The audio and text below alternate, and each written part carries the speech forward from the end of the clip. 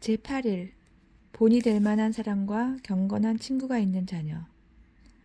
나는 언제나 아이들의 친구들을 위해서 기도해 왔는데 그래서 우리 집 아이들 곁에는 늘 좋은 친구들이 함께 있어 주었습니다. 물론 이따금 아이들은 내가 부모로서 유보 조항을 붙인 그런 친구들을 사귀기도 하였습니다. 그것은 내가 그 친구들을 싫어해서가 아니었습니다. 사실 어떤 아이건 나는 그 아이들을 좋아했습니다. 내가 싫었던 것은 그 아이들이 우리 집 아이에게 끼칠 영향이었으며 또 그 아이와 우리 집 아이가 함께 빚어낼 좋지 못한 결과들 때문이었습니다. 이런 상황을 대하는 나의 방법은 언제나 기도였습니다. 그 아이가 변화되거나 아니면 그 아이가 우리 아이의 삶에서 떨어져 나가기를 기도하였습니다.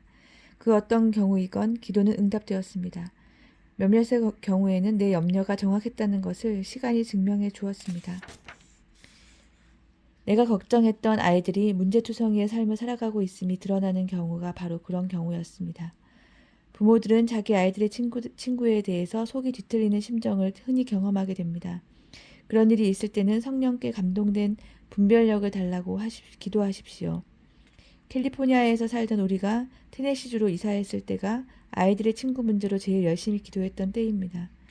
그때 아이는 고등학교 졸업반에 막 올라갔을 때였고 딸아이는 중학교에 입학했을 때였는데 이때가 아이들로서는 학교를 바꾸기가 제일 나쁠 때입니다.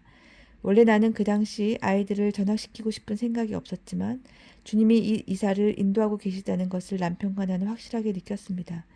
이때가 아이들에게 얼마나 어려운 시기인가를 나는 알고 있었기 때문에 이사하기 몇 달 전, 또 이사하고 나서 몇 달 동안 주님, 우리 집 아이들이 경건한 친구들을 사귈 수 있게 도와주세요.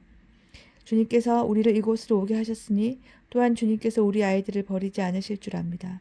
친구들과 사귀고 싶은 나머지 주님의 표준에 맞지 않는 친구들을 사귀게 될까 걱정이 됩니다.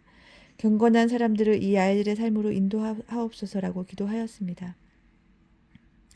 이사에서 처음 6달 동안이 크리스토퍼와 아만다에게는 참으로 외로운 시기였습니다. 그래서 나는 밤에 자다가도 일어나 그 아이들을 위해 기도하였습니다. 내가 할 수 있는 일은 아무것도 없었습니다. 아이들이 어렸을 때처럼 내가 나서서 그 아이들을 좋은 친구들과 맺어줄 수도 없는 일이었습니다. 설사 그렇게 할 수 있었다 하더라도 하나님께서 내 기도에 응답하시는 것만큼 그렇게 분별력 있게 잘할 수는 없었을 것입니다. 결국 사람들이 그 아이들의 삶 속으로 들어왔고 그중 몇몇 친구들은 지금껏 사귀던 그 어떤 친구들보다 더 좋은 친구들이 되었습니다. 이것은 결코 우연의 일치이거나 동화 속의 해피엔딩이 아닙니다. 우리는 이것을 중보기도의 결과입니다. 이것은 하나님 우리 아이들이 경건한 친구들과 좋은 본이 되는 사람들을 만나게 해주세요라고 부르짖은 결과입니다. 하나님의 말씀은 우리에게 분명히 이렇게 가르치고 있습니다. 너희는 믿지 않는 자와 멍에를 같이 하지 말라. 의와 불법이 어찌 함께하며 빛과 어두움이 어찌 사귀며 그리스도와 벨리알이 어찌 조화되며 믿는 자와 믿지 않는 자가 어찌 상관하랴. 그렇다고 해서 우리 아이들이 믿지 않는 친구는 도무지 사귀지도 말아야 한다는 뜻은 아닙니다.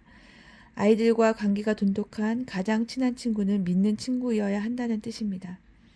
아모스서 3장 3절에 두 사람이 의합지 못하고야 어찌 동행하겠느냐고 했습니다. 물론 동행할 수 없죠.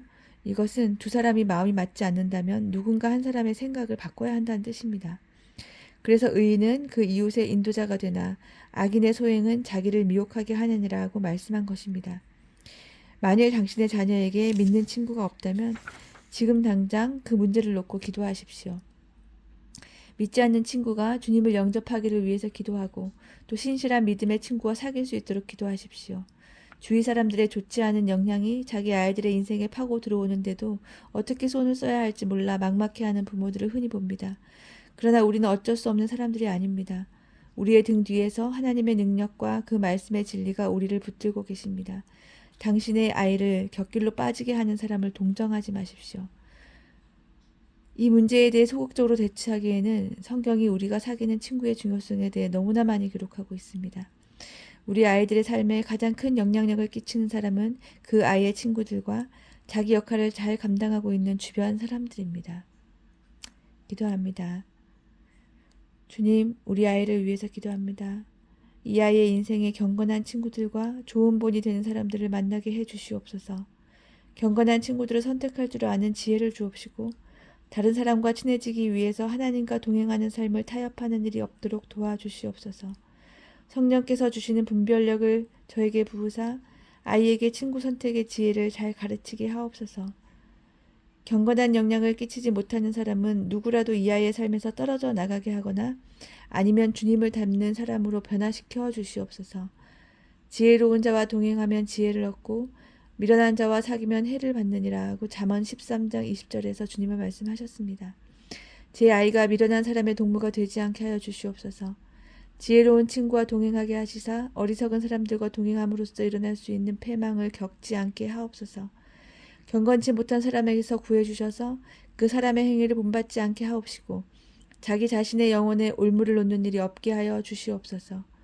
친구를 잃어서 슬퍼할 때 이 아이를 위로해 주옵시고 새 친구를 보내주사 서로 기쁨과 슬픔을 함께 나누며 주께서 주신 각자의 개성을 서로 아껴줄 수 있게 하옵소서. 하나님을 영화롭게 하지 못하는 소외감이나 자기 비하를 물리쳐 주시옵소서. 주님께서 진정한 우정의 의미를 이 아이에게 가르쳐 주옵소서. 어떻게 하면 좋은 친구가 될 수 있는지, 친밀하고 지속적이며 튼튼한 관계를 형성할 수 있는지 가르쳐 주시옵소서.